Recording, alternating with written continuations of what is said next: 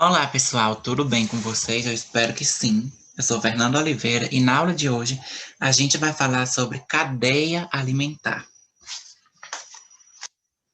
Então, o que será que vocês sabem sobre cadeia alimentar? Será que vocês já pararam para pensar que na natureza um organismo está sempre servindo o outro, digamos assim? E que isso é algo bem natural que ocorre? Então, o que a gente tem aqui é que a matéria e a energia de um ecossistema passam de um ser vivo para outro. E isso acontece por meio da nutrição. Por exemplo, a gente tem aqui o capim, que é comido pelo boi, e o boi é comido por nós, seres humanos. Então, a gente tem aí uma sequência em que um ser vivo serve de alimento para outro. E é justamente essa sequência que a gente vai chamar de cadeia alimentar. Então, a cadeia alimentar, ela pode ser entendida como essa sequência, né, de interações em que um ser vivo serve de alimento para o outro, que um ser vivo se utiliza do outro para se nutrir, para se alimentar. Então, essa é a cadeia alimentar, essa interação, né, de passagem de matéria e energia de um ser vivo para o outro. E aí, a gente tem aqui as plantas, as algas, algumas bactérias, como também alguns protistas, sendo seres aí autotróficos. O que isso quer dizer? Chamar um ser vivo de autotrófico, quer dizer que ele consegue produzir o seu próprio alimento. E eles conseguem produzir açúcares a partir de substâncias minerais inorgânicas, como a água, como o gás carbônico e seus minerais, principalmente através do processo de fotossíntese, onde a energia luminosa do Sol ela é absorvida pela clorofila, é armazenada nas ligações químicas dos açúcares formados. Então, os seres autotróficos são os seres que produzem o seu próprio alimento. E como exemplo, a gente tem aí, né, a tão conhecida fotossíntese que é feita pelas plantas. São produzidas também moléculas de oxigênio, que são eliminadas para o ambiente, né? Principalmente aí no processo de fotossíntese. E a partir desses açúcares formados na fotossíntese e de sais minerais retirados do solo, a planta ela sintetiza as substâncias orgânicas que formam o seu corpo. E aí, a gente também tem, em vez, né, do uso de energia luminosa, a gente tem aí algumas bactérias encontradas no solo ou no fundo do mar, utilizando a energia liberada na oxidação da amônia ou de outros minerais, fazendo um processo de quimiossíntese, mas também produzindo o seu próprio alimento. Por isso que a gente tem algumas bactérias autotróficas, que conseguem produzir o seu próprio alimento. Assim, esses seres autotróficos, eles são indispensáveis para qualquer comunidade ecológica, já que eles são capazes de transformar compostos inorgânicos em compostos orgânicos. E aí eles vão acabar servindo de alimento para todos os outros seres heterotróficos. O que são esses seres heterotróficos? São aqueles seres que não conseguem produzir o seu próprio alimento. E, consequentemente, eles vão acabar se alimentando dos seres autotróficos, que a gente vai chamar de seres produtores dos ecossistemas.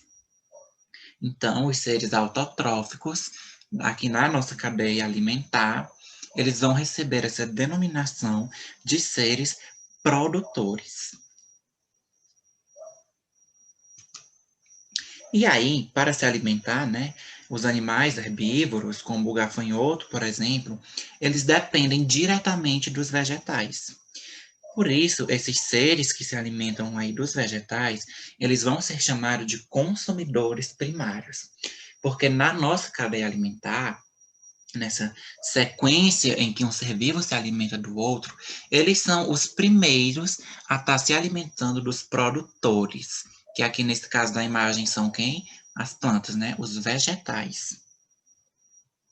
E aí, este consumidor primário, ele vai servir de alimento para os carnívoros, como, por exemplo, o sapo, né, que vai se alimentar do gafanhoto. Então, nesse caso, o sapo já é um consumidor secundário, porque dentro dessa sequência da cadeia alimentar, ele é o segundo ser a se alimentar.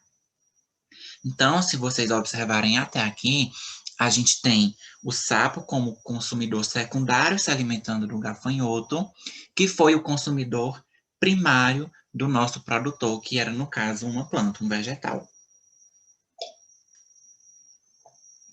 E aí, o sapo, ele pode servir de alimento para uma serpente. Então, nesse caso, dentro dessa sequência, a serpente vai receber a denominação de consumidora terciária, porque é o terceiro ser a estar se alimentando aí dentro da nossa cadeia alimentar. Nesse caso, a serpente, ela pode vir a ser consumida por um consumidor quaternário, no caso aí, né? Um gavião, uma ave. Então, a gente tem aí essa sequência, só recapitulando. A gente tem o vegetal como produtor, o gafanhoto como consumidor primário, o sapo como consumidor secundário, a cobra como consumidor terciário e o gavião aqui como consumidor quaternário. No caso aqui na nossa imagem a gente tem um grilo, né? Não é nem um gafanhoto. Então, a gente tem aí essa passagem de energia de um ser para o outro. Então, eles estão o quê? Se nutrindo. Então, essa sequência em que um ser vivo serve de alimento para o outro é a que a gente chama de cadeia alimentar. Então, se vocês observarem, a natureza está em constante equilíbrio, porque um ser vivo sempre depende do outro. Principalmente aqui nesse caso, né? No caso da nutrição, que é uma etapa tão importante da vida do ser vivo, porque é ela que vai servir de base, né? Vai fornecer energia para o desenvolvimento de outras funções. E aí, cada etapa da nossa cadeia alimentar, a gente vai chamar de nível trófico, onde as plantas, né, os nossos produtores, eles vão ocupar o primeiro nível trófico da nossa cadeia alimentar. Os herbívoros, né, vão ocupar aí o segundo nível trófico dos consumidores, no caso, consumidor primário, e assim por diante. Então, cada etapa da cadeia, desde o produtor até o último consumidor, a gente vai chamar de nível trófico. E aí ainda tem aqui uma parte muito importante da nossa cadeia alimentar, que são os decompositores. Esses decompositores, eles são muito importantes nesse processo e a gente vai entender agora. Uma parte da matéria orgânica proveniente dos alimentos, ela é quebrada e oxidada no corpo dos seres vivos, para a obtenção da energia necessária para as suas atividades. E nesse processo, são formados e liberados no ambiente gás carbônico, água ou outros produtos, como o ácido lático e o álcool etílico. E outra parte dessa matéria ingerida, ela é usada na construção do corpo dos organismos, né? O crescimento, reposição das partes gastas ou o aumento do peso. Então, tem aí essa utilização dessa matéria ingerida. Essa parte que forma o corpo do organismo, ela é devolvida ao ambiente depois de sua morte. Então, quando o ambiente morre, essa parte ela retorna para a natureza. E isso ocorre principalmente por meio da ação de fungos e bactérias que vivem no solo ou na água. E estes fungos e bactérias, eles são chamados de decompositores, né? São esses seres que atacam os cadáveres e as excretas, quebrando e oxidando a matéria orgânica para obter energia e substâncias necessárias ao funcionamento de seu organismo. Então, nesse processo, ocorre a produção de resíduos como gás carbônico, água, amônia e outras substâncias. Então, essas substâncias produzidas pela decomposição, elas podem ser utilizadas novamente pelos seres vivos. E assim a gente pode compreender o papel fundamental dos decompositores, né? Porque eles vão promover uma reciclagem de matéria orgânica contida nos cadáveres, nas excretas, nas fezes dos animais. E sem eles, a matéria mineral se esgotaria e a Terra ficaria transformada em um amontoado de cadáveres e restos orgânicos. Então, se não fossem o papel dos decompositores, a gente teria aí a Terra como um grande lixão ao céu aberto. Então, vocês imaginem tudo aquilo que morre, tudo aquilo que é considerado excreta, né? Fezes, tudo ali, sem ter ninguém para fazer essa decomposição. Seria, assim, o auge da sujeira no nosso planeta. Então, esses seres, eles têm um papel muito importante, principalmente por fazer essa reciclagem da matéria orgânica, né? Que vai servir aí de energia para outros seres vivos. Então, os decompositores, eles são peças-chave aí, né, na nossa cadeia alimentar. E aí a gente tem a teia alimentar. O que quer dizer teia alimentar? A teia alimentar, ela vem a surgir porque muitos animais têm alimentação variada. E outros, né, eles servem de alimento para mais de uma espécie. Então, a gente tem animais que se alimentam de forma variada e tem outros que vão servir de alimento para mais de uma espécie.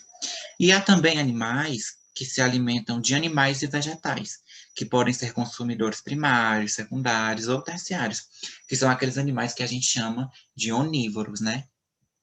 A gente tem até uma piada no seriado Chaves, quando o professor Girafales pergunta o que é um animal onívoro, os alunos brincam dizendo que são os animais que comem de tudo. Então, são esses animais que têm, né, essa dieta bastante variada, como nós, seres humanos, por exemplo. E aí, em uma comunidade, há cadeias alimentares interligadas, que formam uma teia ou rede alimentar. Então, essa teia alimentar é esse conjunto de cadeias alimentares interligadas entre si. Então, como a gente pode observar aqui na imagem, a gente tem aqui, por exemplo, o pássaro participando de várias cadeias alimentares. A gente tem aqui o gafanhoto se alimentando do nosso produtor, né, desses tomateiros, e aí a gente tem o pássaro como consumidor secundário se alimentando desse gafanhoto. E aí ele já aparece nessa outra cadeia alimentar, se alimentando diretamente do produtor, né, do nosso vegetal, e também ainda aparece nessa outra cadeia alimentar, aqui de baixo, se alimentando dessa baratinha que já se alimentou do produtor. Então, a gente vê aí que um único indivíduo ele pode estar participando de várias cadeias alimentares. E essas cadeias alimentares interligadas é o que a gente vai chamar de teia alimentar. Nos ecossistemas terrestres, os principais produtores são os vegetais. Nos aquáticos, a gente tem, por exemplo, as algas microscópicas, né? Que formam aí o fitoplâncton, nome dado a esse conjunto de seres autotróficos que flutuam livremente na água. E essas algas, elas servem de alimento para o zooplâncton, que é o conjunto de seres heterotróficos que também flutuam nas águas, como os protozoários, pequenos invertebrados, larvas de outros animais, enfim. Então, a gente tem aí, né, várias formas de cadeias alimentares na natureza. Então, a gente tem aí, recapitulando, né, o que foi visto nessa aula, os produtores, que são aqueles que produzem o seu próprio alimento e que vão servir de alimento para os demais componentes da cadeia alimentar. Os consumidores primários, que vão servir de alimento para o consumidor secundário e assim por diante. Então, essa foi minha contribuição de hoje sobre cadeia alimentar para vocês. Espero que vocês tenham aprendido. E qualquer comentário, qualquer dúvida, qualquer coisa que vocês queiram acrescentar na nossa aula, qualquer curiosidade, deixem nos comentários, que assim que possível eu vou ver todos com o maior prazer. Muito obrigado pela atenção de vocês.